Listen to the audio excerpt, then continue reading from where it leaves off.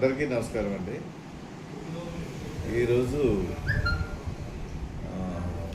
News ద్వారా కొన్ని విషయాలు నేను చెప్పదలుచుకున్నాను. నా పేరు కె సాయి ప్రసాద్, పంచాయత్ సెక్రటరీ, మోదుకూరు, ఆల్మూరు మండలం. ఇప్పుడు ఉండేటువంటి ప్రభుత్వం మంచిదా చెడ్డదా అనే దాని మీద నన్ను క్వశ్చన్ చేయడం జరిగింది. ప్రభుత్వం మరి అన్ని రకాలుగా అభివృద్ధి చెందుతుంది. ఇది మంచి ప్రభుత్వంగానే భావిస్తున్నాం. ఎంప్లాయీస్ పరంగా తీవ్ర నష్టం జరుగుతుంది.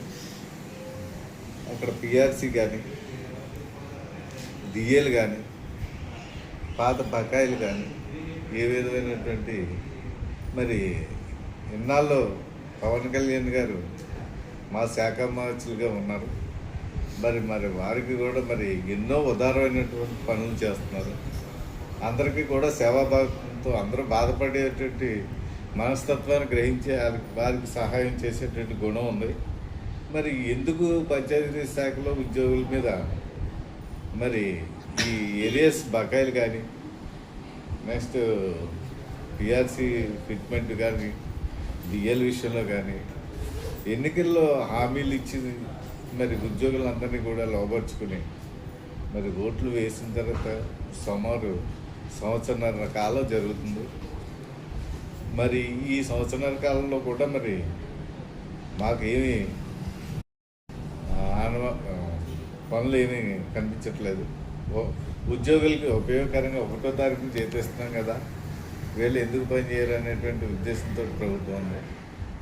దయచేసి మరి ఉద్యోగుల యొక్క బాధలు, మరి కష్టాలు, మాకు కుటుంబాలు ఉన్నాయి. వాళ్ళ కుటుంబంలో పిల్లలు పెళ్ళిళ్ళు చేసుకోవాల్సిన అవసరాలు ఉంటాయి. అలాగే ఇల్లు లేకపోతే ఇల్లు నిర్మాణం చేసుకోవాల్సిన పరిస్థితులు ఉంటాయి. ఇది ఈఎంఐలు, ఐఎంఐలు, మరి బ్యాంక్ లోన్స్, మేము డబ్బులు లేక అనేక మరి కష్టాలు పడుతున్నాం.